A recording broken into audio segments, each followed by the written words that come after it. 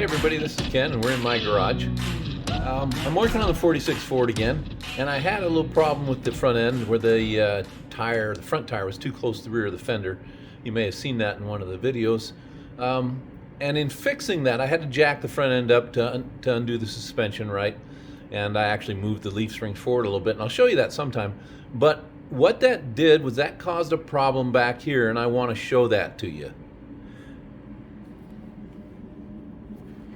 All right, this is a leaf spring suspension, and it's the first one I've ever, I guess, put on something end to end.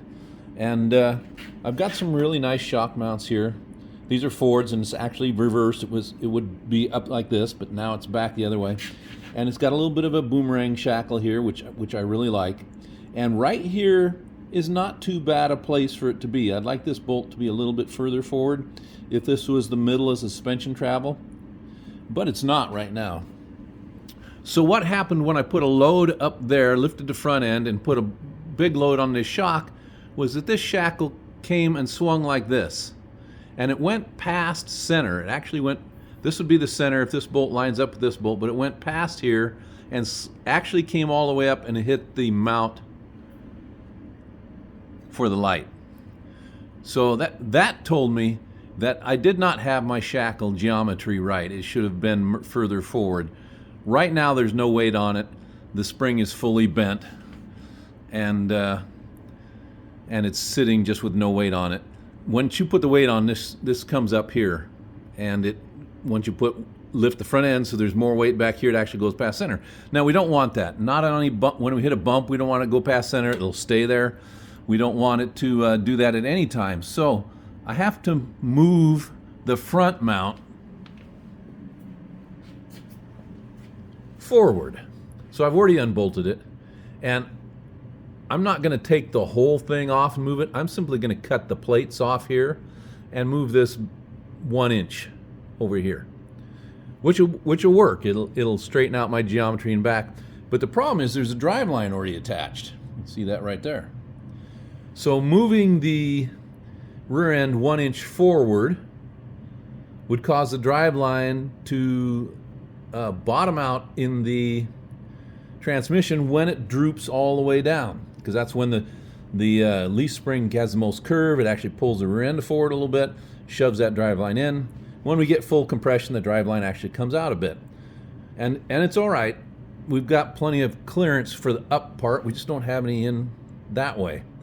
So how do I fix that? Well, take a look at my mount here. I'll actually pull it off. There are 3 holes in my leaf spring top plate. There are 3 holes in the plate that's welded to the axle. And I did that on purpose, knowing that maybe I would have to go back and forth. So I bought these with 3 holes, and that's exactly what I'm going to do with this. The rear end, instead of being in the middle hole, it's going to be on the forward hole. And I've already done that on this one. This is already, the leaf spring is already sitting in the forward hole here.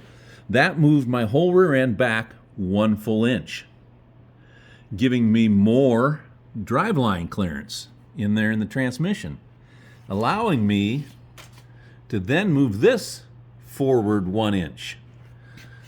So this is going to move forward 1 inch. The rear end moves back on the springs 1 inch, which puts it in the original place before I started, and it brings this bolt 1 inch forward, which puts everything right where I want it.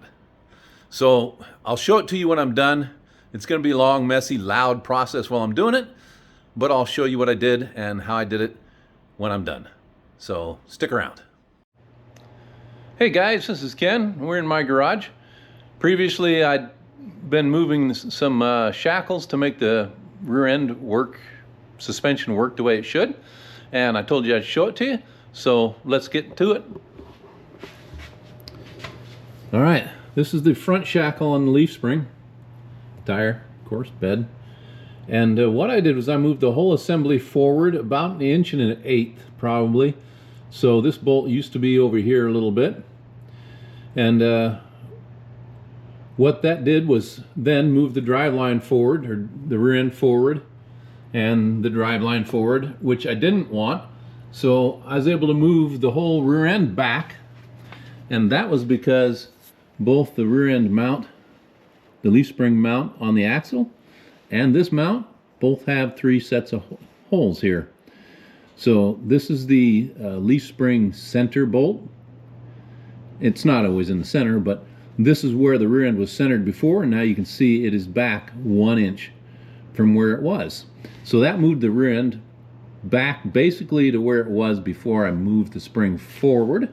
And the reason for all of that was to correct this shackle angle. This is the rear shackle here. Now this shackle is a kind of a boomerang shackle, and that's great. They work really well. But the problem was that when I put a bunch of weight in the bed and then lifted the front end, it brought this shackle past the center, which means this bolt went past this bolt in a horizontal plane. And when it does that, it just collapses up as far as it can go, which was right against this light bar. Thankfully, it's a big steel bar, and it held it in place. But we don't want that to happen. So we had to bring this shackle back in orientation. Now, we could have brought it all the way down to this point, but that kind of increases your spring rate a bunch when it's directly down from this one, because its initial movement is trying to push up as well as back. So in this form here, just past this bolt, it will swing much easier at first. And I've loaded it up. It does not reach the breakover point yet, so that's a good thing. Thumbs up. All right, once this is all ready for the road, I'll take it out and we'll take it over some bumps, and we'll see how this shackle does, and if it works great, that's where it'll stay. All right, guys, get out there and work on your stuff.